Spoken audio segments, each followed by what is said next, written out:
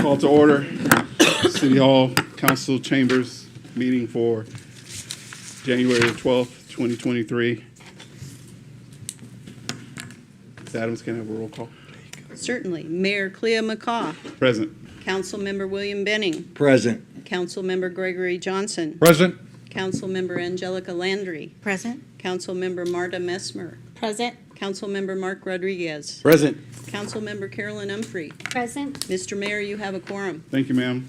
We'll go to our next item. We'll have an invocation by Reverend Chuck Carlson from Service Community Church. After our Reverend gives us our prayer, we'll have our Pledge of Allegiance by Councilman Johnson.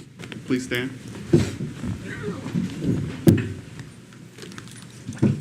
Yes, sir. Good evening. I give you greetings from our Sierra Vista Hospital, Canyon Vista Medical Center, and I'm one of the chaplains there, and it's our pleasure to pray at this beginning of the year invocation. Let's pray. Lord, we honor you as the King of the universe and the creator of all that we have. We really do serve a mighty God. And so we come to you, O Lord, as we begin this new year with a new mayor, a new agenda, a new vision for our community. And so we seek your will and your way in all that we do. With King David, we ask you to give us victories when the odds are against us.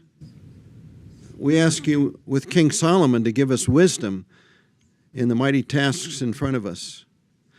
With the prophet Isaiah, we ask you to make the crooked places straight and the rough places smooth. And with St. Paul, we ask you to give us a servant heart to all in our community. We ask you with Jesus that we would see our community as our calling to love and to help everyone. As I learned as a child, red, brown, yellow, black, and white, they are precious in your sight. Jesus loves all the people of the world. We commit this evening to you now in Jesus' name. Amen. Amen. Amen. Please join me in the pledge to the flag of our republic. I pledge allegiance to the flag of the United States of America and to the republic for which it stands, one nation under God, indivisible, with liberty and justice for all. You may be seated. We'll go to item number 1. Councilmember Minson. Thank you, Mayor. Mr. Mayor, I move that the agenda for the regular City Council meeting of January 12th, 2023 be approved. Second. Any discussions or changes on this item? Call for the question. All those in favor? Aye. Aye. Opposed? Abstains? Item is passed.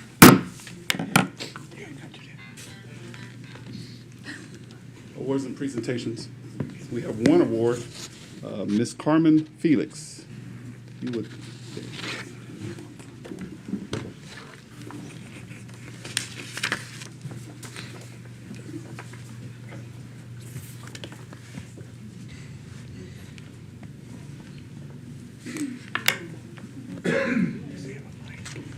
This award is presented to Ms. Carmen Felix from the Institute of Public Procurement, hereby certifies that Carmen Felix, as a NIGP certified procurement professional, has successfully attained the competency-based qualifications set forth by the NIGP Certification Commission for the Public Procurement Leaders as stewards of the public trust and standards bearers for procurement excellence.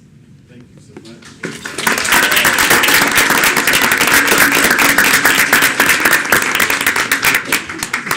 I wanted to say a few words about Debbie. My name is Kim Down, I'm the Chief Procurement Officer, and Debbie works in my department. Debbie has been in city procurement for 22 years, and she has wanted to be certified for her whole career.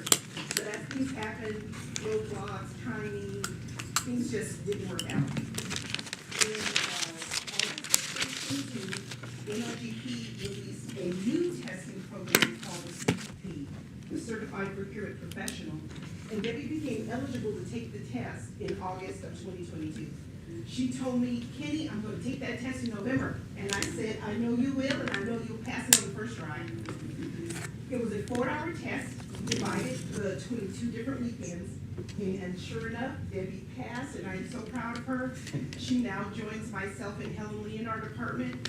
We have 75% procurement in our government, which puts us in the category of excellent government procurement in terms of the public trust. So I wanted to thank the mayor, the city council, Chuck and Victoria, for allowing us the opportunity to test and to train. And you can be assured that Debbie has the government procurement in good hands.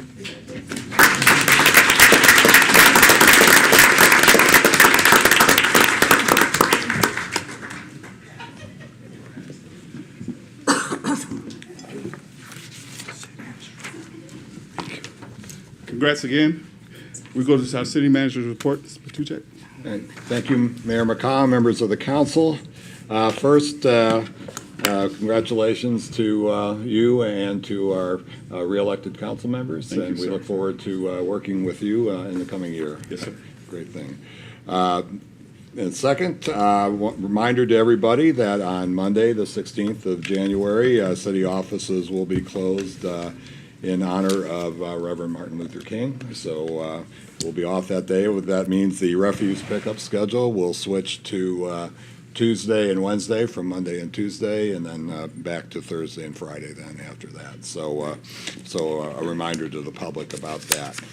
Also, due to a lack of items right now, we feel that the work session on the 24th of January and the meeting on the 26th of January will be canceled at this time, and we'll let you know if something else comes up.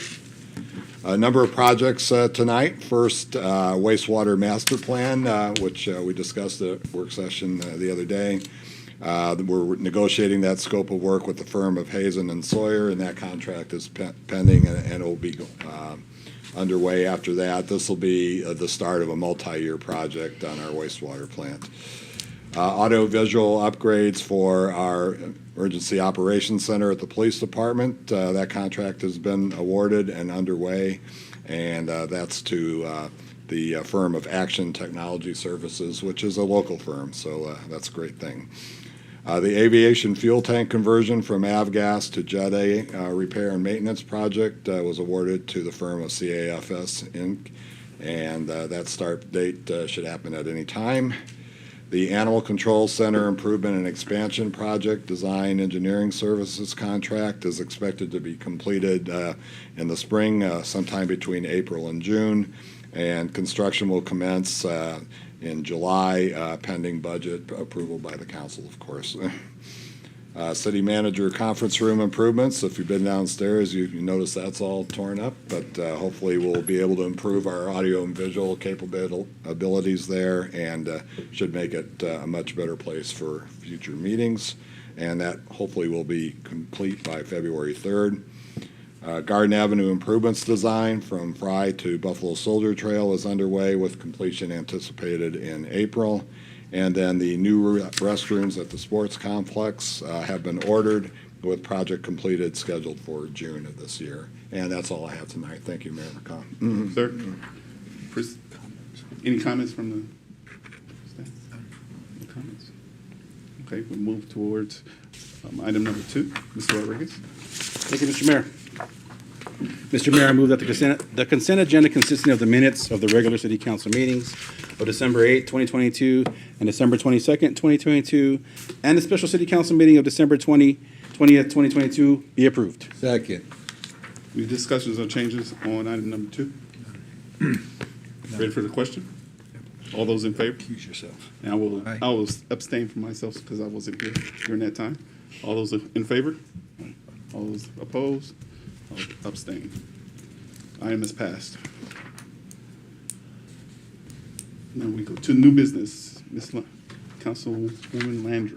Thank you, Mr. Mayor. I move that Resolution 2023-001, appointment of Carolyn Humphrey as Mayor Pro Tem, be approved. Second. Discussion? Yeah. Mark said yeah first. Mr. Rodriguez, Councilman. Now, I just want to congratulate you on your appointment. The mayor's in good hands.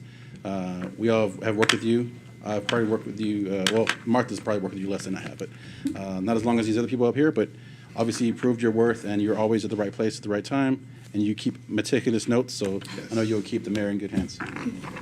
Sir. I just want to say congrats. You can go from the last in roll call to second. That's the reason to get elected mayor pro tem. No, congratulations, well deserved. You made a good choice, Mr. Mayor. May I just add? Yes, ma'am. I didn't purchase anybody a steak dinner up here. Wait. Half of the pay raise. Are we ready for the question? All those in favor? Aye. All those opposed? Item is passed. Thank you. We move to our public hearing. Mr. Benning.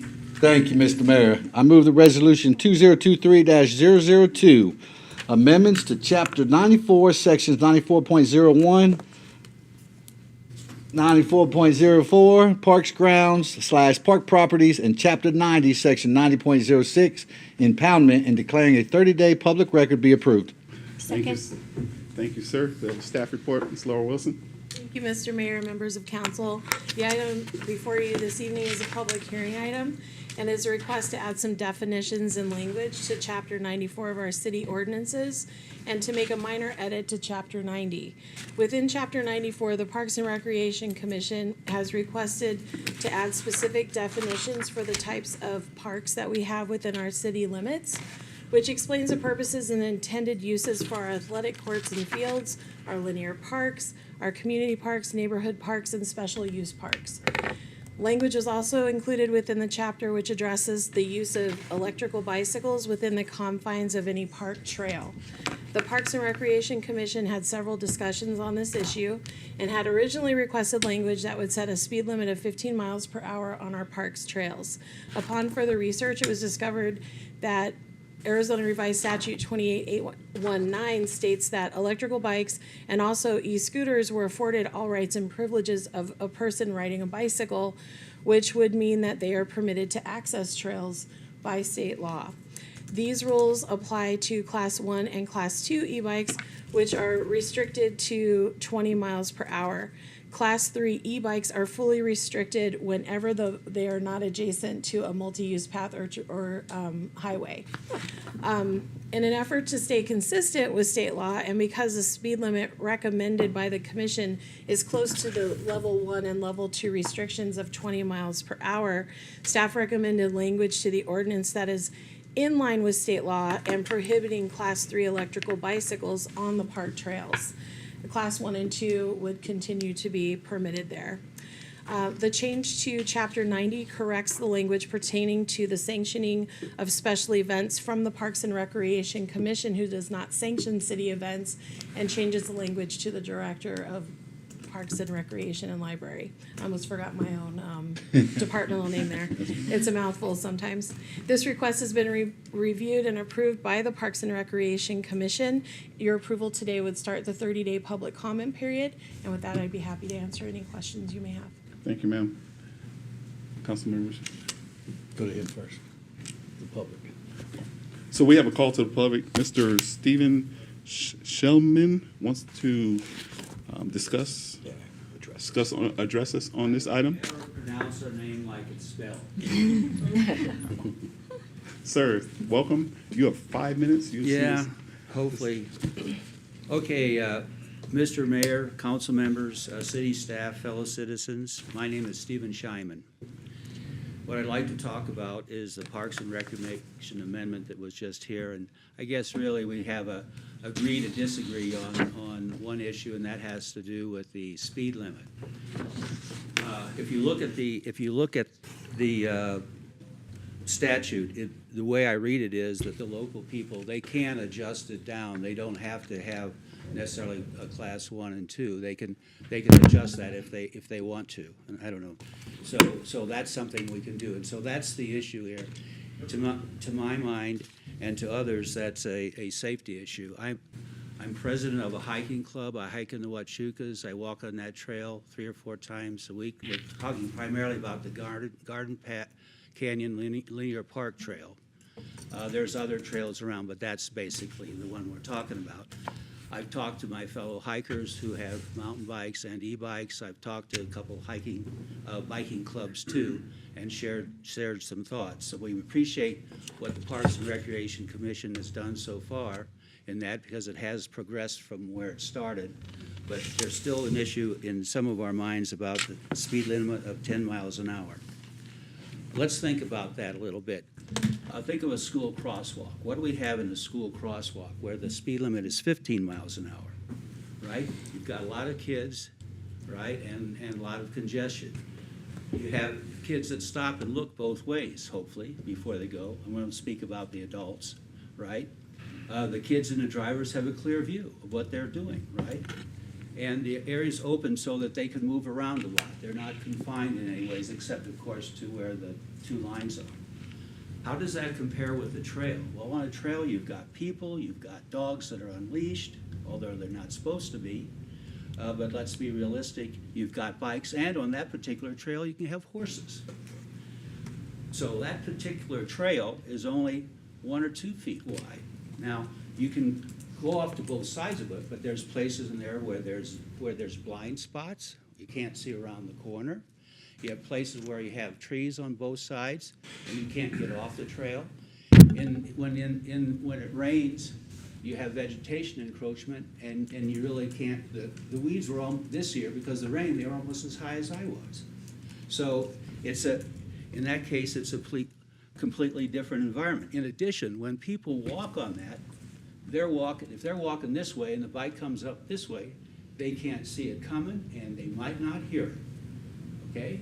So, they might not hear it. So it's a completely different environment. And the speed limit in the crosswalks for your kids and for pedestrians is 15 miles an hour. Let's talk a little bit more about that when we talk about the guidance that's in there. Like I said, it talked about in there that locals can adjust that down. So you don't have to keep it at class 1 and class 2. You can adjust it any way that you want. There's other things to consider. Bikes don't have a speedometer on it. I'm a perpetual speeder. I speed 5 miles. I go 5 miles over the speed limit all the time, except at school zones, right? If you have a speed limit that's lower than the 20 miles an hour, you're much more likely to have something that's more safer, because that way, if you have the idea it should be 10 miles an hour, then they're less likely to go a lot faster. In addition, some of my mountain biking friends have told me that in general, when they're hiking on a flat surface, which is mostly what that is, they go 10 to 12 miles an hour. The other issue is these are very short sections, so it shouldn't be a big thing for a mountain biker or anybody on a bike to go a little bit slower in these congested small areas, right? It's not like these trails are mile long. They're essentially just one block, although they're long blocks and they're curvy. They're not that long. In addition, if you put in a lower speed limit, it's a lot easier to raise a speed limit than it is to lower one. So I just think that you need to consider looking at that as a way of doing that. You talked about it in the work session about the inability of enforcement. You're going to have the same enforcement problems with the class 3 versus class 2 kind of issues as you are with speed. I went to M&M Cycles. It says in the statutes they're supposed to put manufacturers are supposed to put some markings on there. Well, that's if it's manufactured in the state. None of the cycles at one of the vendors here in town has any markings on it. You can't tell by looking at that light. Okay, what sir. class it is. Thank you, sir. Your time is up. Thank you. Thank you for your time. Thank you for coming and address us. Yeah. Yes, sir. I'd like to address this. I discussed this briefly in our work session on Tuesday, that I would not want to eliminate Class 3 electric bicycles from the multi-use paths. I think that's discriminatory. Somebody pays anywhere from $1,600 for a Class 3 bike. up to many thousands of dollars, should not be eliminated from using these multi-use paths. Additionally, if we read the Arizona Revised Statute in its entirety, 28-819, subsection E, it says a Class 3 electric bicycle may not be operated on a bicycle or multi-use paths unless it is within or adjacent to a highway or a roadway, or, and here's a caveat, unless the local authority or agency of this state having jurisdiction over the path, us, City of Sierra Vista, allows the operation. So I would encourage that this particular discussion point focus on speed limit, as the gentleman just stated, not necessarily the class of bicycle, because all Class 3 bikes have speedometers. Class 1 and Class 2 do not. I've done the research. So I just wanted to inject that for future reference, or how we're going to vote on this matter, or how we're going to tweak this public accommodation rule here in the future. So I don't know if anybody else has any comments. Go ahead, sir. Question for you. Does the subsection talk about hiking trails or trails, not just multi-use paths? It says multi-use path or bicycle path. Okay. Has nothing to do about a mountain bike trail or anything like that. Council. Yes, ma'am. I kind of have a question, I'm sorry. Go ahead. So if we approve this for the 30 days for the public, we're just allowing it to move a step forward. We're not saying no to the whole thing. Is that correct? Mr. Mayor, Councilmember Mesmer, that is correct. Okay, Okay. This is lets the public talk to us or send us emails or. correct. All right, thank you, sorry. Wait, Go ahead. thank you. Just to clarify, so did we not, was that overlooked when we were talking about it was already in state statute? The part that he mentioned? No. Councilmember, Parks and Rec took that under consideration. They talked about it. They wanted to try to match the state law, though, exactly what the state law said. What we actually brought to Parks and Rec, we're talking about are not just the multi-use paths. That's why I asked if I mentioned it. We're talking like Garden Canyon Linear Path, and we're talking hiking trails and paths off the beaten path that are designated trails if we can have electric vehicles of any source on those trails. Yeah. So that's one of the things that Parks and Rec looked at, and then Miss Laura Wilson, of course, with her guidance, they all discussed and talked about. So that was all looked at before they made their recommendation. Yeah, and the statute, Mr. Benning, says may not be operated on a bicycle or multi-use path. Roger. Those are the specific items that are addressed in the state statute. Mr. Kuchar. Yeah, Mayor McCaw, members of the council, there's two ways to go about looking at this ordinance. One, obviously, is the one that's before you, which restricts the Class 3 bicycle. The other is the setting of speed limits. And certainly that is a way to address this. Enforcement, though, of speed limits on multi-use paths will be an extremely difficult thing to do. And so I'm just sharing that way. Not impossible, but difficult to do. The other thing is your vote tonight moves this forward. It can still be amended or changed at your next meeting if you care to go in a different direction, which is fine depending on the input that you receive. and that would have been my follow-up Yeah, question, go- if we can amend it after 30 days, okay. Yeah, I agree with Greg. Speed limit more than anything else would be my recommendation. Okay. Councilmember Rodriguez. Thank you, ma'am. My point is just for the other part of this, with the amendments, the changes to the park definitions and things like that. A lot of people always ask us questions about dogs, why they're not available, why you can't bring them to events, leash laws, et cetera, et cetera. This is where you can find it right here, Chapter 94 and Chapter 90, that defines what a park is, what a sports park is, the difference between a sports park and a regular park. That's why animals are not allowed in those sports parks. For instance, Searfield.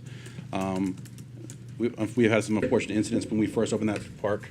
We tried allowing animals there, and some unfortunate incidents happened. But there is a difference there, and that's why that we have those laws, and that's where you can find them, is in these chapters. Yes, ma'am. Oh, Go. go ahead, I'm gonna name it, thank you. Okay, oh, okay. Oh, thank you. I can see both sides of this, and I definitely appreciate having clarification, defining things. I feel like you can never over-clarify, so I think that's great. And I think somebody had mentioned like having these together. Well, I guess there is the public hearing, but maybe having things separate, just in case there's some issues in the future. I don't know, just because they're similar, but they're also different things, if that makes sense. Yes. But as far as, I don't know if there needs to be a little bit of clarification on Park Trail or anything like that. The language is clear about like the multi-use path and things like that, and as Councilman Johnson had said in statute and everything. So that's, I don't know if there needs to be a little bit of clarification there. For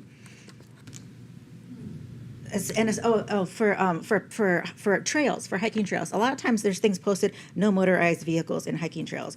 And our member of the public that spoke, I definitely appreciate that, because I like to hike, and you go out there on the trails, and sometimes they're narrow, and sometimes you can't see around, vegetation, lots of different things going on.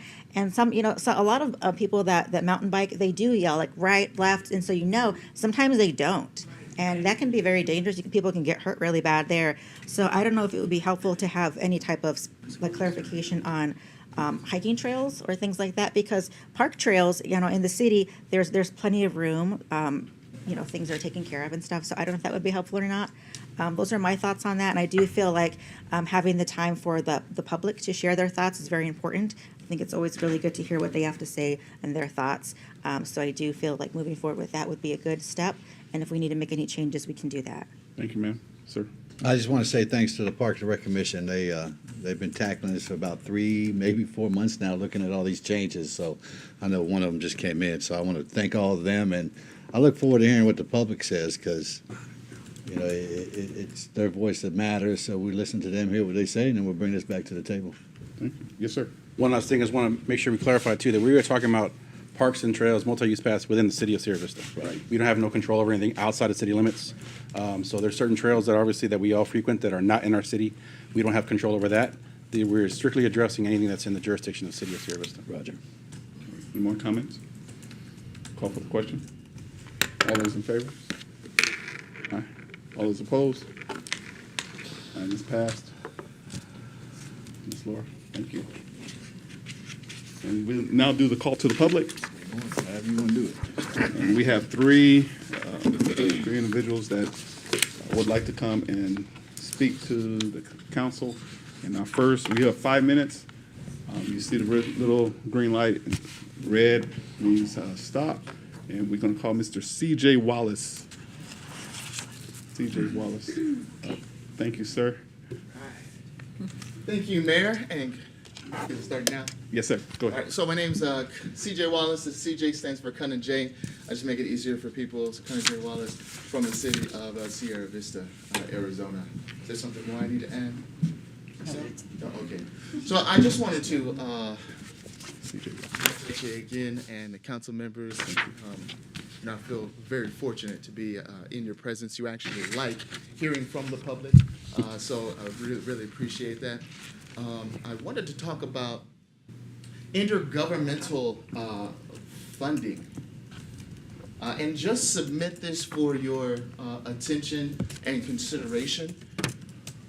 Whenever you're given a substantial amount of capital or a substantial amount of money, the person giving it can, not always, start to control you, whether that's an organization, whether that's the state or federal government. So in this situation, the state and the federal government, I do want to just submit this, as I was talking to someone earlier.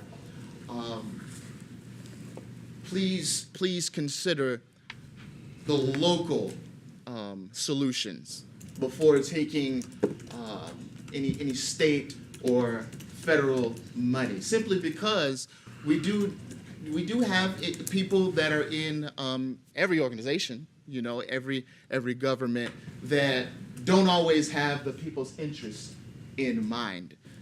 So it may sound good, a lot of money, $2 million, $3 million for this project, $5 million for this one, and it may be a cause of celebration. But what's gonna happen after you receive that money, right? What are you going to have to do because you received that money? I remember I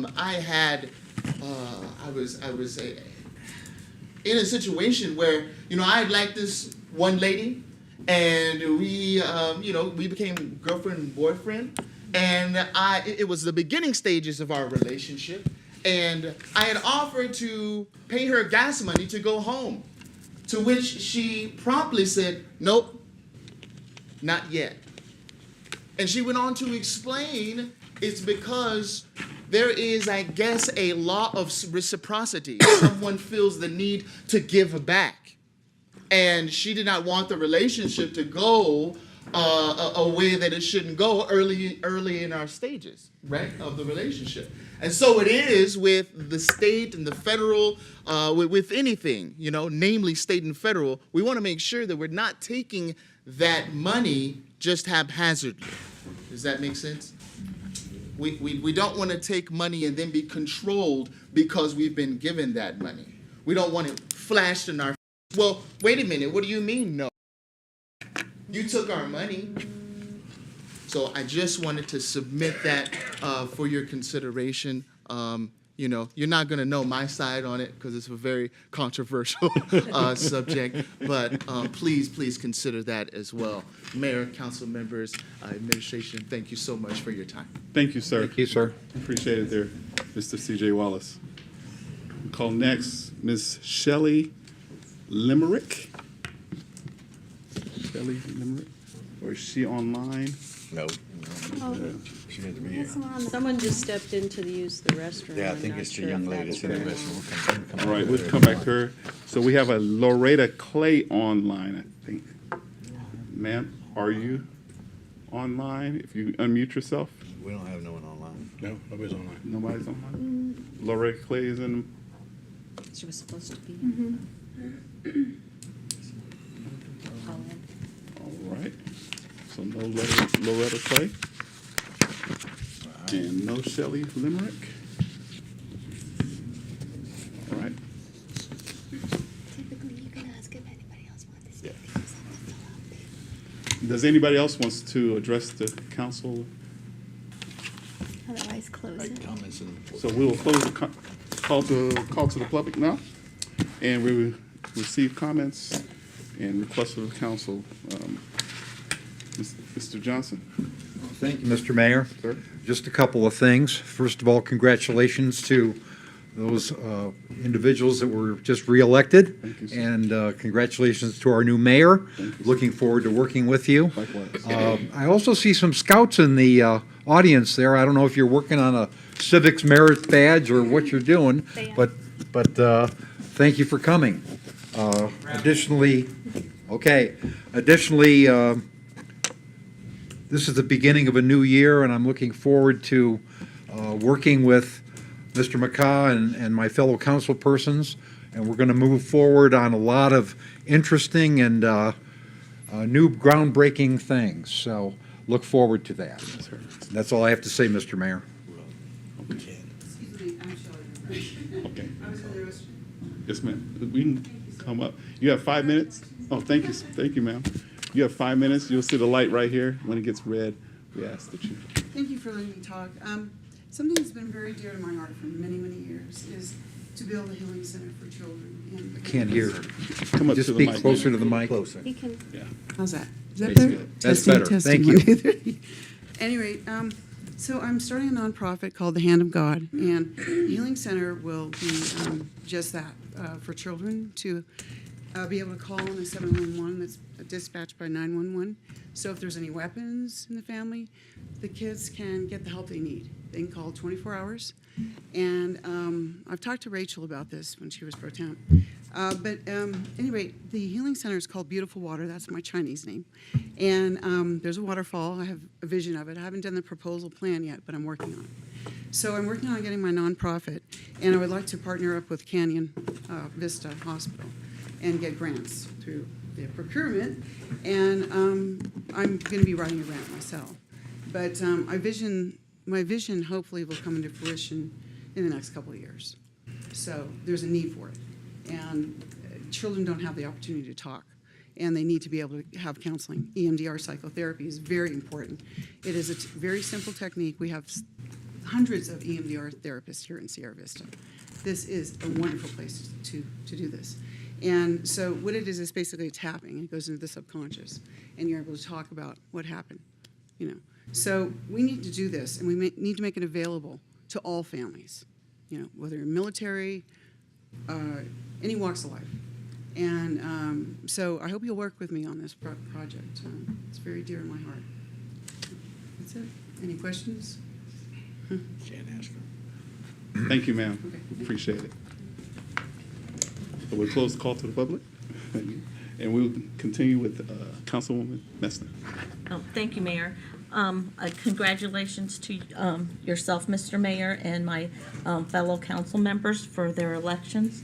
And I just look forward to working with you and moving the city forward. Thank you. Mr. Rodriguez. Thank you, Mr. Mayor. Again, want to thank everybody that's in attendance as well. That was a pretty large number. Like Chuck mentioned earlier, you normally don't see that many people unless people are mad, or we're gonna have to, or when we have to raise taxes or something like that. We get a lot of people coming out.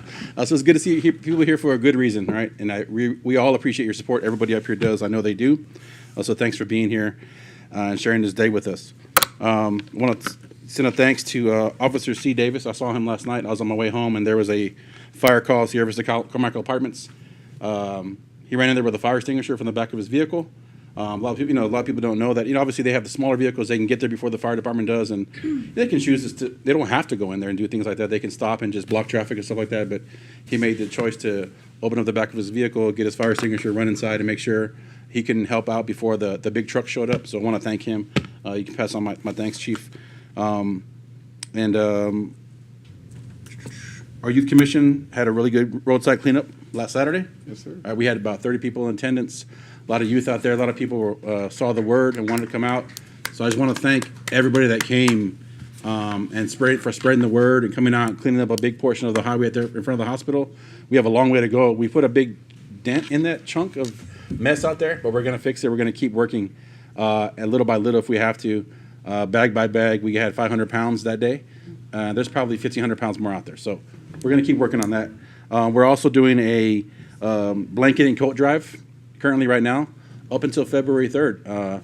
So we have 4 drop-off points. There's one here at City Hall, one at Cal Ranch, one at Jacob's Music on Fry, and Thunder Mountain Church just recently reached out to me and wanted to join, so they're now our 4th drop-off point. We've already had some overfilling bins that we had to go pick up, so that's a good thing. And we'll be working with the Good Neighbor Alliance to make sure we get those distributed to people that need them in our city. So I'm excited about that, and I really appreciate the community out there filling up these bins for this drive that we're doing right now. I really, really thank you for that. And are you going to talk about the artwork? I saw you posted it. No, go ahead. Okay. So if you didn't notice, there's some beautiful artwork around town in some of our public bathrooms of the parks. I love public art. Councilwoman Humphrey had a post on Facebook of the pictures. If you haven't seen it on her social media, really, really good art. I love when local artists come out here and just decorate our city. So it's a beautiful thing. So thank you for anybody who started that off and the people who are getting those things done. Thank you for Parks and Rec for being so lenient to letting the artists be creative on our spaces. Unfortunately, somebody else was creative on our Tompkins Park basketball park recently. But I also want to thank the Parks and Rec for jumping on top of that as well and getting the graffiti removed. But I think the silver lining to that cloud is we're gonna have to restripe that basketball the basketball court, which needed it anyway. So with that unfortunate event comes a positive event. We'll do some restriping and we'll fix the nets and stuff like that. So that's all I have. Thank you. Thank you, sir. Councilwoman Landry. Thank you, Mr. Mayor. I want to congratulate everybody that was reelected and elected. I think we have a really great group, And I'm looking forward to a great 2023 and a Happy New Year to everybody as well. Thank you all for coming to our first meeting of the year. I also want to thank all the members of the public that came to talk. Mr. Wallace is here again, which is great. Thanks for coming back. It's always nice to see members of the public coming and sharing their thoughts and their passions. And then for Miss Limerick sharing her passion as well. One of the wonderful things about Sierra Vista and the people of Sierra Vista is that people have their own passions and their own interests, and we definitely need people that have a calling to work with children, to work with our elders, to work with all the various areas in our community, because all that coming together, sometimes you find people that have similar likes and similar passions as you, and you're able to work together and make things happen. So I really love seeing that. So thank you so much for sharing that, and I can't wait to see it come to fruition as well. That's awesome. And then at our local animal shelter, the dogs were in quarantine for kennel cough for a while, but they're back open again. So in this new year, if you're wanting to add to your family, they have a lot of really great dogs out there. They have a cat room as well, so you can go out there and take them for walks, cuddle them, and see if there's one that would be perfect for your family. So check them out. They also accept donations and stuff as well. And if you're not sure if you want to welcome one into your family, there's lots of different organizations in the community that offer fostering opportunity as well. So if you're not really sure and you might want to help out and see, that's also a great option. So definitely check that out too. That's all I have. Thank you. Thank you, ma'am. Mr. Benning? I'm trying to get this picture up real quick. Thank you, Mr. Mayor. Sir. First, I want to welcome former council member Gwen Calhoun for coming out tonight. Thank you. It's always a pleasure. You were one of my mentors. So,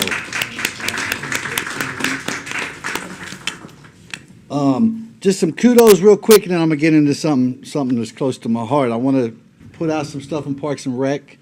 The ice skate rink. I hope everybody in the audience loved it, and the thousands watching on YouTube. We made almost 3 times as much as we budgeted for in revenue on the skating rink. Approximately $75K-ish. So my goal, and I know it's going to be Miss Wilson's goal, is to have an ice skate rink again for next year, some more events, some other events, and have and grow this Christmas festivities that we got going on, because people loved it. Unfortunately, I couldn't ice skate because I had the shit out of my hand, but I'm gonna next year. Not only that, if everyone remembers the Tour de Zona last year, we brought in about almost 700 bikers. Well, it just opened up again for this year to register. The day it opened up, by the time we got the report, we had over 320 members signed up to join in it this year. So we're probably going to exceed our 600-700 figure for this year, and we're taking on food vendors and some other things and trying to make that better.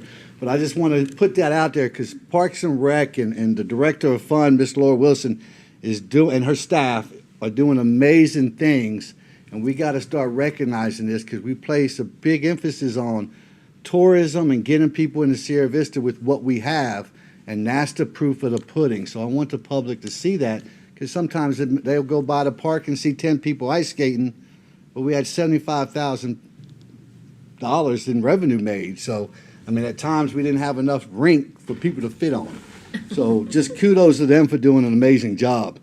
And now I want to thank my good friend, my pastor, Clea McCall. I want to congratulate him for being elected as our mayor, and my fellow 2 council members.